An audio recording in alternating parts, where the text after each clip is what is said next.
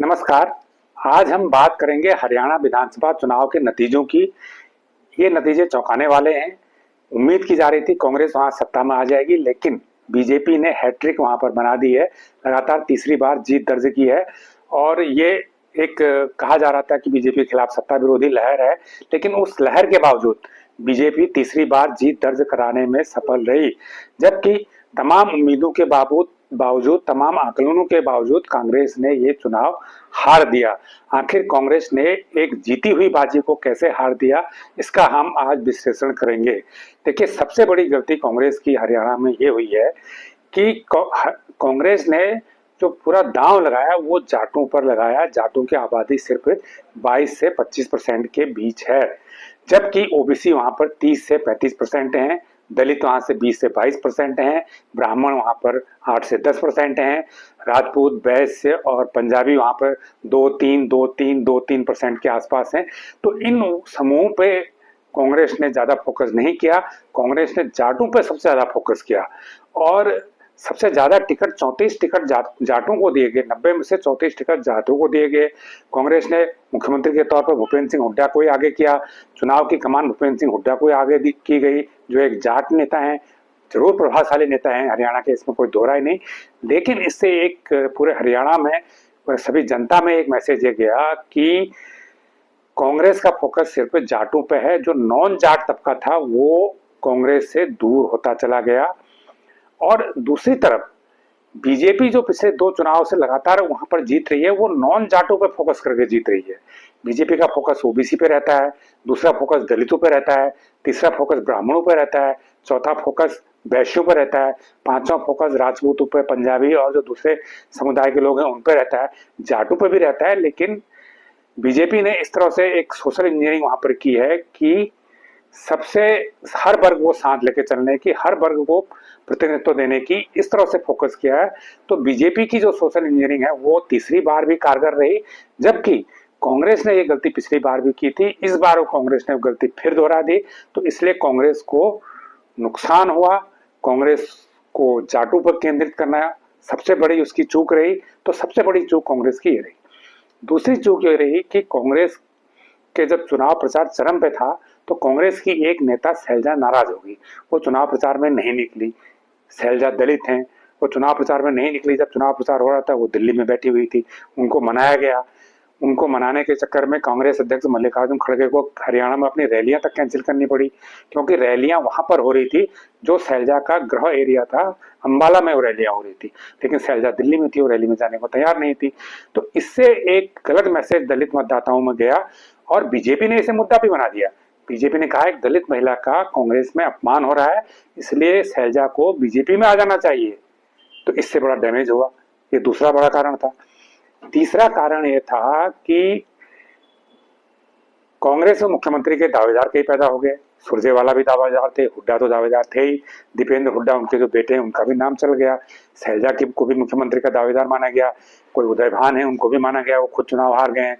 तो इस प्रकार जो कई लोग मुख्यमंत्री के दावेदार हो गए, इसको लेके भी एक जनता में भ्रम की स्थिति हुई, एक कंफ्यूजन की स्थिति हुई और ये लगा कि कांग्रेस में आखिर बनेगा कौन अगर कांग्रेस जीत गई तो। जबकि बीजेपी की तरफ से ऐसा कुछ नहीं था। नायब सिंह सैनी के चेहरे को आगे किया गया था, तो किसी ने कुछ नहीं कहा, किसी ने कोई सवाल नहीं उठाया, किसी ने कोई दावेदारी पेश नहीं की। तो ये भी एक कांग्रेस का एक नेगेटिव कारण रहा जिससे कांग्रेस को वहां पर नुकसान हुआ। कांग्रेस जो लोकसभा चुनाव के परिणामों से उत्साहित थी, क्योंकि उसकी सीटें दुगुनी हो गई थी। उसकी सीटें जो 50 के आसपास थी वो बढ़कर 99 हो गई थी और अच्छा प्रदर्शन लोकसभा चुनाव में कांग्रेस ने किया था। तो इससे कांग्रेस इतनी उत्साहित हो गई कि उसने आम आदमी पार्टी या दूसरे छोटे दलों से गठबंधन करने की जरूरत नहीं समझी। प्रयास थोड़े बहुत किए गए थे लेकिन बात नहीं बनी। तो आम आदमी पार्टी जो एक इंडिया ब्लॉक का हिस्सा है, उसके साथ गठबंधन कांग्रेस नहीं कर पाई और आम आदमी पार्टी ने अपने उम्मीदवार उतार दिए और कांग्रेस ने अपने उम्मीदवार उतार दिए। तो इससे नतीजा क्या हुआ कि आम आदमी पार्टी ने करीब 2% वोट कांग्रेस का वहां पर काट दिया और कई सीटों पर कांग्रेस की हार हुई। 11 सीटें कम से कम कांग्रेस की ऐसी हैं जहां पर वो 3-4 हजार वोटों से 2 से 4 हजार वोटों से चुनाव हारी है। तो अगर आम आदमी पार्टी को साथ रखा होता तो हो सकता है कुछ सीटें कांग्रेस की और बढ़ जाती।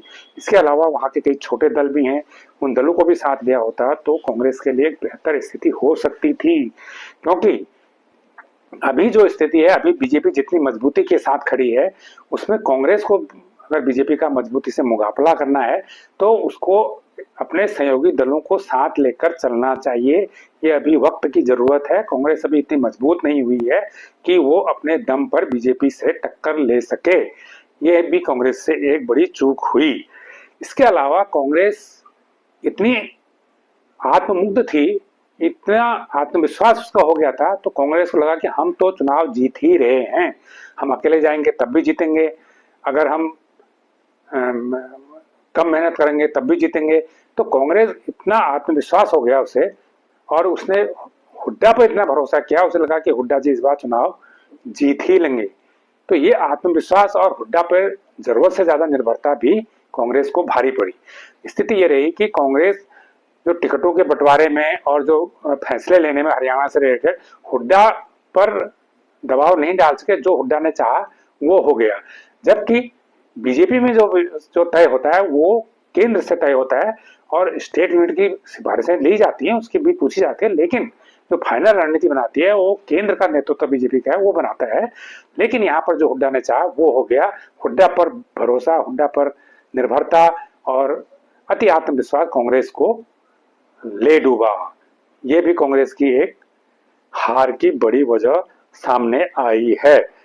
इसके अलावा अब आप कहेंगे कि बीजेपी क्यों आई, बीजेपी की जीत क्या वजह रही? देखिए, बीजेपी की जीत की कई वजह हैं। ये जरूर है कि बीजेपी के खिलाफ सत्ता विरोधी लहर वहां पर थी। 10 साल शासन के बाद लगातार दो टर्म राज करने के बाद ये स्थिति आ जाती है, स्वाभाविक है। अगर बीजेपी के खिलाफ सत्ता विरोधी लहर नहीं होती तो बीजेपी लोकसभा चुनाव से पहले मनोहर लाल खट्टर को क्यों मुख्यमंत्री पद से हटाती, क्यों नायब सैनी को मुख्यमंत्री बनाया जाता? इसलिए बनाया गया क्योंकि सत्ता विरोधी लहर थी, और मनोहर लाल खट्टर को हटाने से वो लहर कमजोर हुई, और जो जनता का गुस्सा था काफी हद तक शांत भी हो गया। उसका परिणाम है कि आज बीजेपी तीसरी बार वहां पर जीतने में सफल रही। दूसरा बड़ा कारण है कि जो मैंने पहले भी जिक्र किया है, बीजेपी की जो सोशल इंजीनियरिंग है। देखिए, कांग्रेस ने क्या किया, 25% आबादी पर दांव लगाया। बीजेपी ने क्या किया, 75% आबादी पर दांव लगाया। तो सफल कौन होगा? जो 75% आबादी पर दांव लगा रहा है, या जो 25% आबादी पर दांव लगा रहा है। तो ये तो एक कॉमन सी बात है, कोई भी समझ सकता है इस बात को। तो बीजेपी की रणनीति कहीं ज्यादा प्रभावी थी, इसलिए उसे तीसरी बार नॉन जाट की राजनीति करके तीसरी बार उसे लगातार सफलता मिली है। ये हरियाणा में अपने आप में एक इतिहास है कि कोई पार्टी 3 बार लगातार जीती है।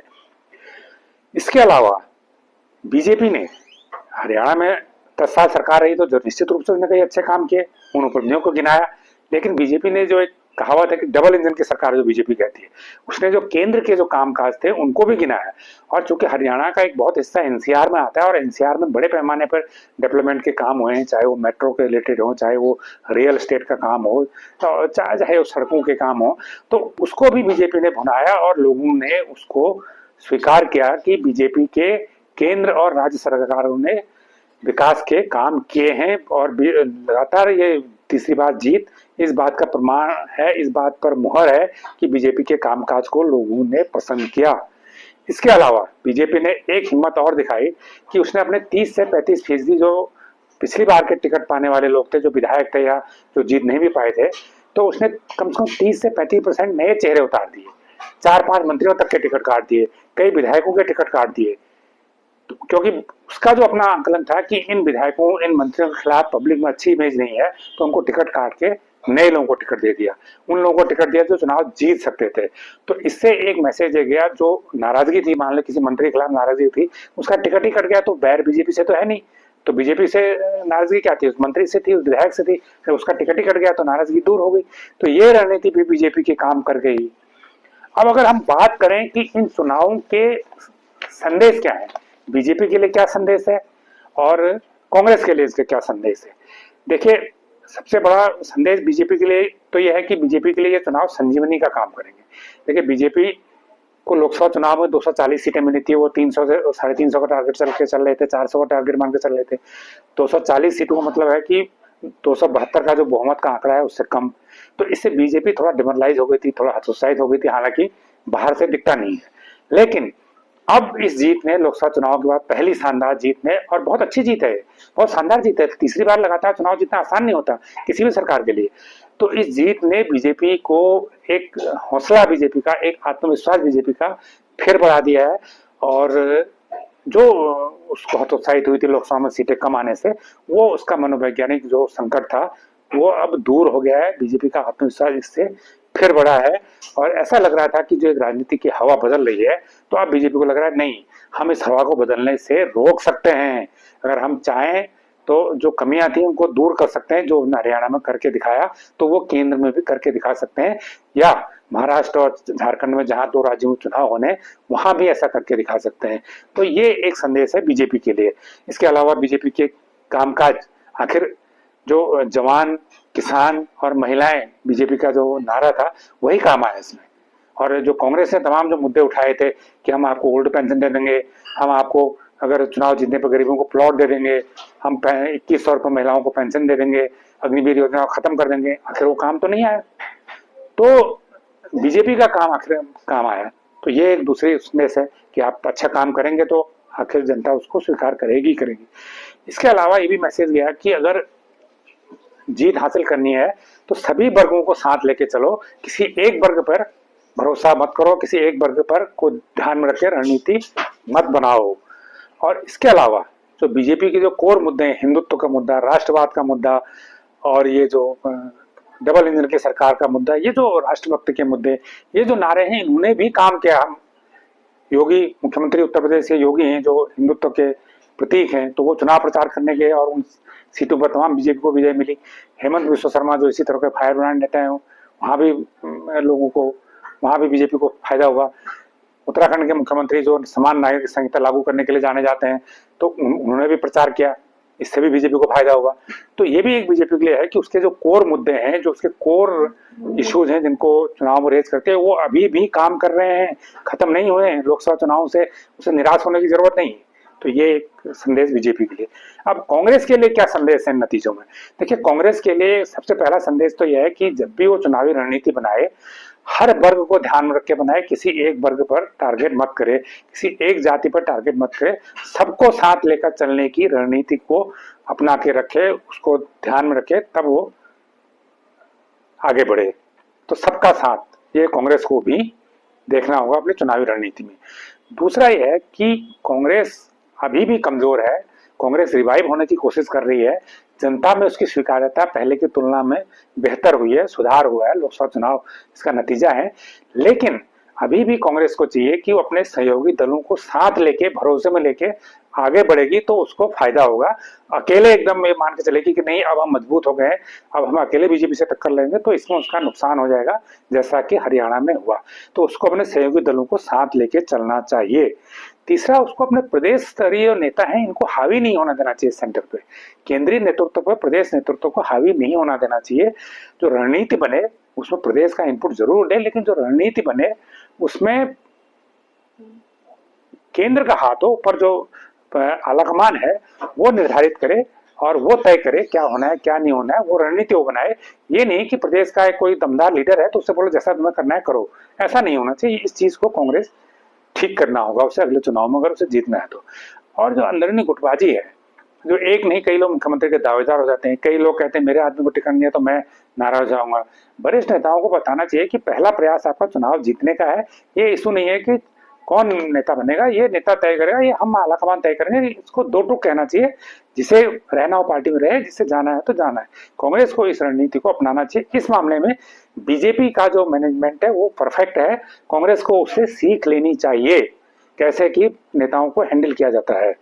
इसके अलावा कांग्रेस जो मुद्दे उठाती है चुनाव में, वो कुछ मुद्दों को हवा में लपक लेती है जिसका ना कोई सिर होता है ना पैर होता है। अब जैसे ओल्ड पेंशन का स्कीम का मुद्दा है, कांग्रेस ने इसे, ओल्ड पेंशन पर चर्चा चल रही थी, कांग्रेस ने इस पर बगैर परामर्श के इस मुद्दे को हवा में लपक लिया, और जहां भी देखा कि इससे फायदा हो सकता है वहां मुद्दा उछाल दिया कि हम सत्ता में आएंगे तो ओल्ड पेंशन लागू कर देंगे। हिमाचल में कर दिया, तो हिमाचल में सरकार की हालत वैसे ही खराब है, वहां वेतन भत्ते देने के लिए नहीं है सरकार का पैसा। तो ओल्ड पेंशन स्कीम अब गुजरे जमाने की बात हो गई है। ओल्ड पेंशन स्कीम कहीं अब वाइबल नहीं रह गई है। जो विकसित देश है, अमेरिका और ब्रिटेन जैसे देश भी हैं, वो भी नई पेंशन योजनाओं पर आ रहे हैं, तो भारत उसमें कहाँ टिकता है। तो ओल्ड पेंशन स्कीम आज जो इकोनॉमी है, जो अर्थव्यवस्था है, उसके हिसाब से वो सही नहीं बैठती है। ओल्ड पेंशन स्कीम का वक्त अब नहीं है। हाँ, सामाजिक सुरक्षा एम्प्लॉय के लिए होनी चाहिए, गरीब लोगों के लिए भी होनी चाहिए, उसके लिए एक कई और प्रयोग हो रहे हैं, तो उन प्रयोगों पे जाना चाहिए। कोई नया प्रयोग भी आप कर सकते हो तो और अच्छी बात है, लेकिन ओल्ड पेंशन स्कीम का वक्त अब नहीं है, ये बात कांग्रेस को समझनी चाहिए। इसी प्रकार जातिगत जनगणना की बात कांग्रेस ने हवा में लपक ली, इसका कोई फायदा है या नहीं है, आरक्षण आप बढ़ा पाएंगे नहीं बढ़ा पाएंगे, तो ये भी एक मुद्दा ऐसे हवा में लपक लिया। अग्निवीर योजना को हम खत्म कर देंगे, ये भी एक मुद्दा है। भाई उसे खत्म करने से क्या फायदा है कि स्कीम ठीक है, स्कीम थी, सही थी, नहीं थी, एक बहस का मुद्दा है, लेकिन क्या उसको खत्म करने से समस्या हल हो जाएगी? जिन कारणों को ध्यान में रख के लाया गया, क्या वो कारण उससे दूर हो जाएंगे? ये भी एक मुद्दा है। तो इस तरह की जो मुद्दों को हवा में लपकने के बजाय कांग्रेस को जमीनी स्तर पर काम करके और कुछ ऐसी नई स्कीमें लानी चाहिए जो गेम चेंजर हो सकें, जो लोगों का जीवन बदल सकें। सिर्फ इसलिए नहीं कि हम बीजेपी ने ये योजना शुरू किया, हम उसका कार्ड के तौर पे, उसके विरोध के तौर पे उसे खत्म कर देंगे, उसकी जगह ये लेंगे, ये नहीं होना चाहिए। तो इस पे कांग्रेस को जमीनी स्तर पे, एक्सपर्ट के लेवल पे काम करने की जरूरत है कि अगर हम काउंटर करना है बीजेपी को, तो हम उसके लिए क्या और बेहतर कर सकते हैं, बीजेपी से और अच्छा कर सकते हैं। ये सोच को ध्यान में रखते हुए कांग्रेस को नए वादे, नई योजनाएं करनी चाहिए। खाली मुफ्त की चीजें बांट देंगे, इतना ये दे देंगे, इतना लाख दे देंगे, इतना प्लॉट दे देंगे, इससे कोई फायदा नहीं है। इससे जनता बहुत ज्यादा झांसे में आने वाली नहीं है। तो ये एक पूरा विश्लेषण था हरियाणा के चुनाव पे कि कैसे कांग्रेस ने जीते जीते चुनाव हार दिया। ये वीडियो आपको कैसा लगा, ये हमें जरूर बताएं, और जिन लोगों ने इस चैनल को पहली बार देखा है वो इसे लाइक भी करें।